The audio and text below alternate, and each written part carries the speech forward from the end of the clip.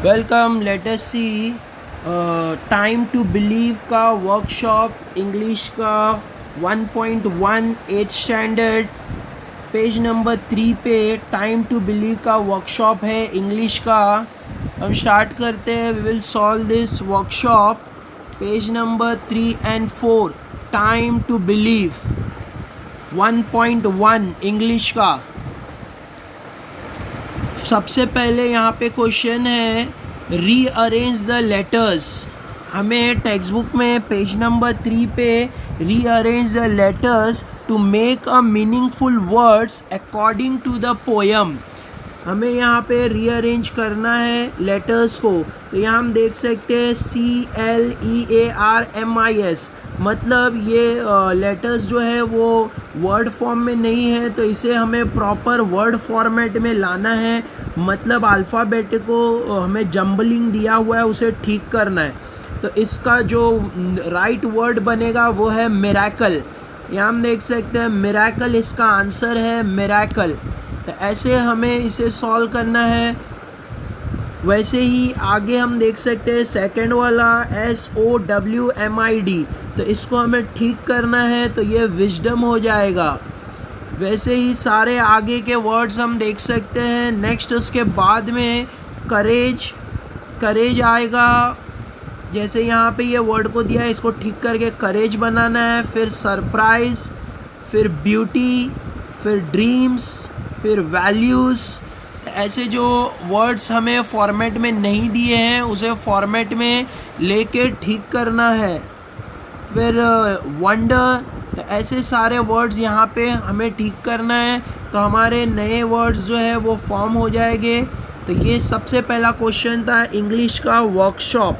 तो ये हमने रीअरेंज द लेटर को अरेंज करके फिर से वर्ड बनाना है।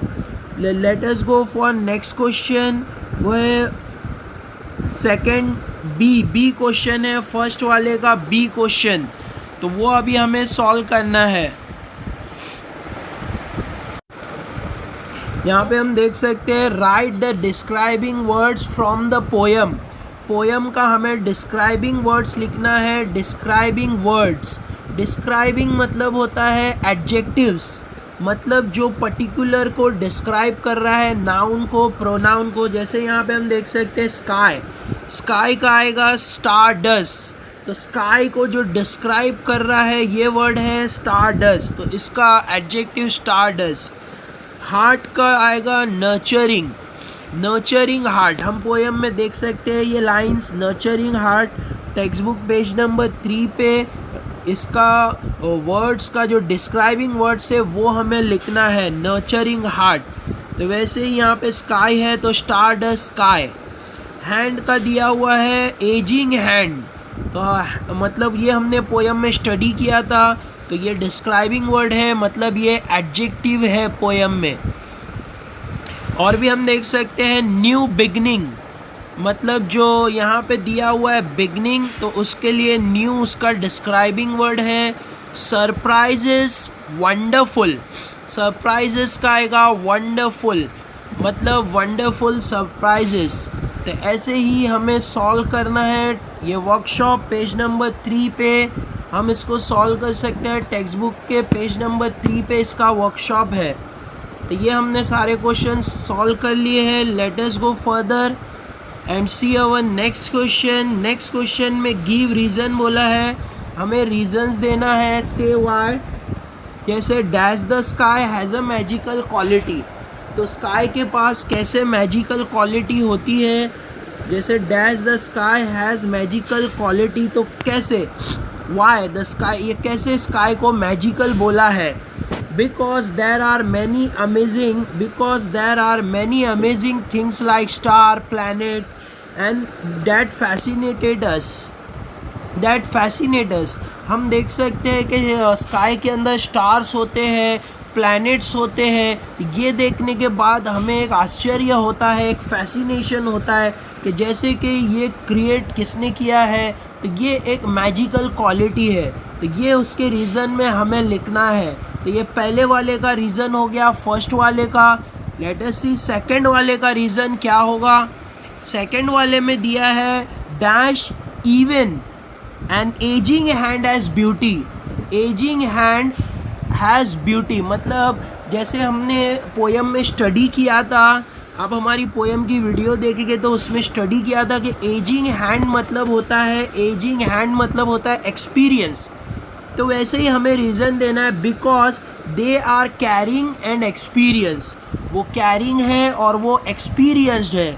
एक्सपीरियंस मतलब जैसे जो हमारे बड़े लोग हैं, जो हमसे बड़े होते हैं उम्र में, वो हमारे से ज़्यादा एक्सपीरियंस होते हैं और वो हमेशा हमारा केयर करते हैं, तो उनको ब्यूटी बोला है। मतलब उनके पास ये ब्यूटी है कि वो हमारा केयर करते हैं और वो एक्सपीरियंस पर्सन है, तो उनसे हमें नॉलेज मिलेगा।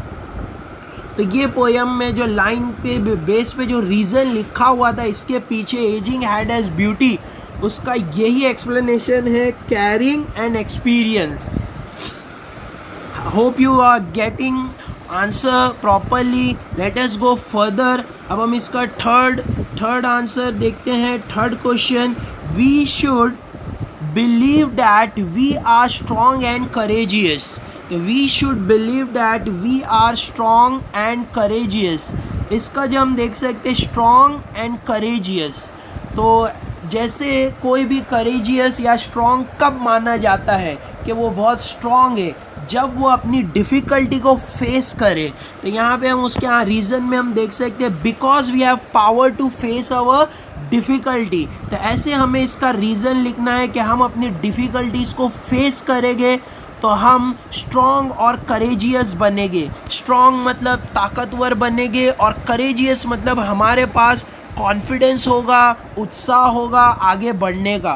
तो ऐसे सारे जो पॉइंट्स से पोयम के, उसके रीज़न्स हमसे मांगा है कि पोएट ने ये लाइन क्या यूज़ किया था, क्यों यूज़ किया था। तो हमने सारों के रीज़न लिख लिए हैं। फर्स्ट वाले का, the sky has a magical quality, फिर उसके बाद even an ageing hand has a beauty, फिर we should believe that we are strong and courageous.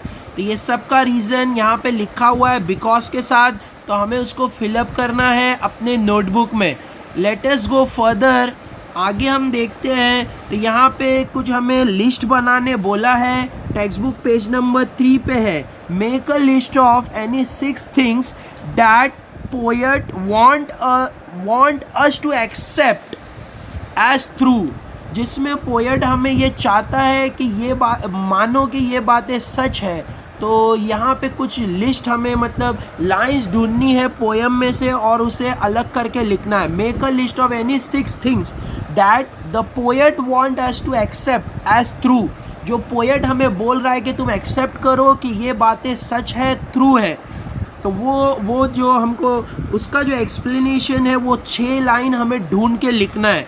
तो यहाँ पे हम फर्स्ट लाइन देख सकते हैं, पोएम के अंदर से एक फर्स्ट लाइन यहाँ पे हमने निकाला है, every day brings new hope and possibility. Every day मतलब हर नया दिन हमारे लिए नया होप लाता है और नई पॉसिबिलिटी लाता है। तो ये हमें पोएट बिलीव करवाना चाहता है कि ये ट्रू है, तुम्हारे लिए लाइफ में नया दिन आएगा और नई पॉसिबिलिटीज़ आएगी, तुम्हारे लिए नए डोर्स ओपन होंगे। तो ऐसे ही ये लाइन पोएट हमें बिलीव करवाना चाहता है कि ये होता है। Next, miracles happen, miracles can happen, ये भी पोएम में से ये लाइन हम देख सकते हैं। ये पोएम में से लाइन हमें निकालना है। पोएम की थर्ड लाइन है कि हमें ट्रस्ट करने बोला है पोएट ने। पोएम की थर्ड लाइन हम देखेंगे तो उसमें है, is to trust that miracle happen. Poet हमें बोल रहा है कि ये सोचो, ये बिलीव करो कि मिरेकल्स होते हैं, मतलब मिरेकल्स हो गए। इसके बाद वाला जो चैप्टर डिक विटिंगटन आ रहा है टेक्स्ट बुक में, उसमें एक मिरेकल हुआ है और वो मिरेकल ट्रूथ हुआ है। जैसे डिक जब घर छोड़ के जाता है तो उसे चर्च के बेल से आवाज़ आता है कि तुम मेयर बनोगे, और वो मिरेकल रियल में ट्रू हो जाता है। तो इसके बाद वाली स्टोरी में हम देख सकते हैं ये मिरेकल, तो ये भी एक ट्रूथ हो रहा है, मतलब पोएट ने हमें बोला है। ड्रीम्स कम्स ट्रू, तो ये भी एक इम्पॉर्टेंट थिंग है। जैसे कोई चाहता है कि मैंने ये ड्रीम्स देखा था बट वो ट्रू भी हो जाता है, तो ये भी मिरेकल हैपन है। One must see wisdom in God plan, और हम गॉड के जो प्लान्स होते हैं उसमें विजडम देखते हैं। कि हाँ जो गॉड ने जो किया वो राइट किया है, वो प्रॉपर किया है, वो परफेक्ट किया है। तो ये भी पोएट हमें बिलीव करवाना चाहता है कि इसको तुम मान लो। Courage and strength lie within us. हमारे अंदर करेज होता है और ताकत होती है, स्ट्रेंथ होती है। ये भी पोएट हमें बोलना चाहता है, बिलीव करवाना चाहता है कि तुम वो करेज को और वो स्ट्रेंथ को पहचानो और डिफ़िकल्टीज़ में उसको यूज़ करो, करेज को और स्ट्रेंथ को। नेक्स्ट है लाइफ इज़ अ गिफ्ट, और ये भी बहुत इंपॉर्टेंट थिंग है। हमें जो लाइफ मिली है ये हमारे लिए गिफ्ट है, इसे हमें वेस्ट नहीं करना चाहिए, डिस्ट्रॉय करके इसका केयर करना चाहिए, हमारी लाइफ को हमें इंजॉय करना चाहिए। तो पोएट ये भी हमें वर्ड एक एक्सेप्ट करवाना चाहता है, बोलना चाहता है कि ये तुम एक्सेप्ट करो कि लाइफ गिफ्ट है तुम्हारे लिए। तो ये सारी लाइनें 6 लाइन निकालने बोले हैं, बट पोएम में और भी बहुत सारी लाइन्स है जिसमें पोएट ने किसी भी अनबिलीवेबल थिंग को कंप्लीटली बोला है कि ये होता है। अब हम नेक्स्ट पेज पे जा रहे हैं, page number 4 of text book.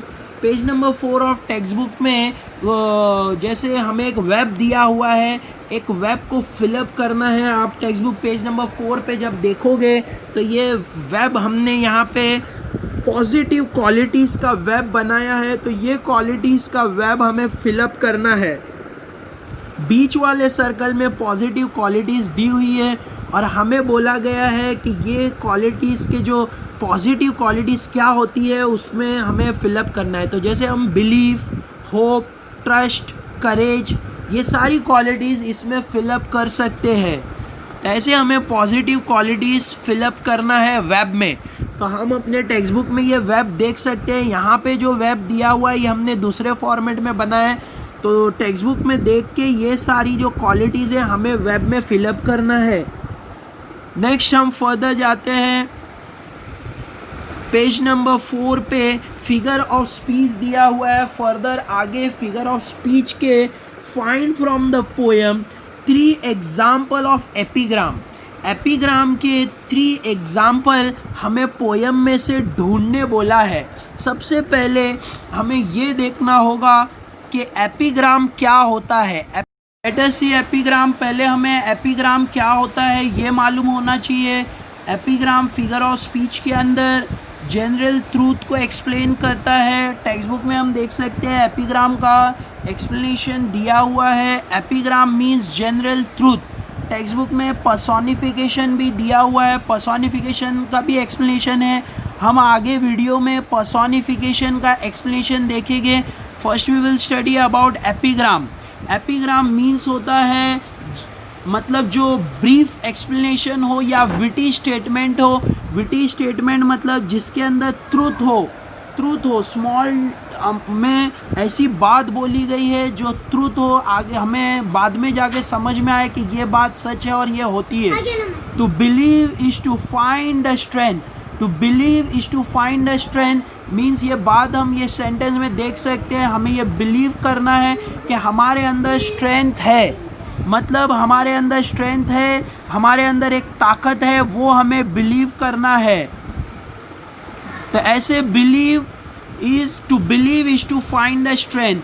Next further हम देखते हैं और भी सेंटेंसेस के एग्जाम्पल है। अंदर हमें पोएम में से 3 सेंटेंस निकालने बोला है। तो हम देख सकते हैं यहाँ पे वी आर नेवर अलोन। हम कभी भी अकेले नहीं हैं। जैसे हम अकेले नहीं हैं, हमारे पेरेंट्स हमारे साथ हैं, हमारी जो अंदर की इनबिल्ट जो करेज है, स्ट्रेंथ है, वो हमारे साथ है, गॉड हमारे साथ है। तो ऐसे you are never alone. Trust the miracle happen. ये बात सच है कि मिरेकल होते हैं, ये ट्रस्ट करने बोला गया है और ये होता है। जैसे कोई बहुत पुअर था बट आगे जाके लाइफ में वो रिच हो गया, बहुत प्रोग्रेसिव हो गया। तो ऐसे जैसे किसी के पैर अगर वो लंगड़ा था बट वो आगे जाके उसने जो है हार्ड वर्क किया और वो आगे जाके उसके पैर जो है आर्टिफिशियल पैर लगा लिया और वो चलने लगा। तो ये मिरेकल हैपन्स। जैसे कोई लास्ट स्टेज पे था लाइफ की बट वो फिर से जीने लगा, फिर से उसकी जो है रिकवरी हो गई। तो ये सब मिरेकल्स होते हैं लाइफ के। तो ये सारी चीज़ें ऐसे सेंटेंसेस जो हो, जो ट्रूथ हो, पॉसिबल हो सकता है बट इम्पॉसिबल पॉसिबल होगा, इसी को ही एपिग्राम बोलते हैं। यहाँ पे हम देख सकते हैं जनरल ट्रूथ और विटी स्टेटमेंट होगा जिसमें पॉसिबिलिटी नहीं होगी बट वो पॉसिबल हो जाएगा, तो ऐसे सेंटेंस को हम एपिग्राम बोलेंगे, EPIGRAM epigram, EPIGRAM epigram. Let us go further, आगे जो हम देखेंगे और भी फिगर ऑफ स्पीच के example. To believe is to know that, इसमें एलिट्रेशन है और रेपिटेशन है। एलिट्रेशन क्या होता है? एलिट्रेशन जब पहला अल्फ़ाबेट रिपीट होता है, जैसे यहाँ पे टी और टी पहला अल्फ़ाबेट रिपीट हुआ है, तो कभी भी कोई भी सेंटेंस में पोयम के अंदर पहला अल्फ़ाबेट, स्टैंजा में पहला अल्फ़ाबेट रिपीट होगा, उसको हम एलिट्रेशन बोलेंगे, एलिट्रेशन। नेक्स्ट है रिपीटेशन। रिपीटेशन के अंदर पूरा वर्ड रिपीट होगा, तो ऐसे टू यहाँ पे रिपीट हो रहा है तो हमें रिपीटेशन लिखना है, फिर उसका रीज़न लिखना है। The word two is repeated, TO2 is repeated for better poetic effect. Next, to believe is to see angel dancing among the cloud. हम देख सकते हैं angel dancing among the cloud, तो angels dancing among the cloud, तो ये personification है।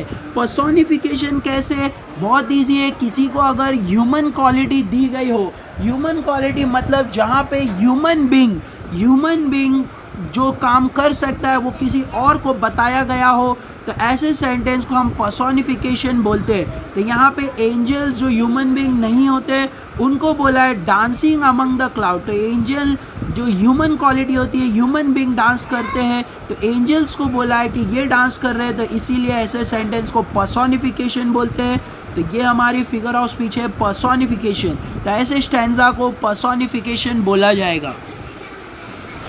अब हम आगे कुछ क्वेश्चन आंसर सॉल्व करते हैं प्रैक्टिस के लिए। एक्स्ट्रा क्वेश्चंस है, what should one know and trust every day, हर किसी को क्या मालूम होना चाहिए, हर दिन क्या ट्रस्ट करना चाहिए। One should know that every day is a new beginning, हर दिन एक नया बिगनिंग होता है, नया स्टार्ट होता है, तो उसे ये ट्रस्ट करना है। Miracle happen, dreams really come true, तो यहाँ पे ट्रस्ट करना है हमें कि मिरेकल होते हैं और हमारी ड्रीम्स थ्रू होती है, हमारी ड्रीम्स पूरी होगी।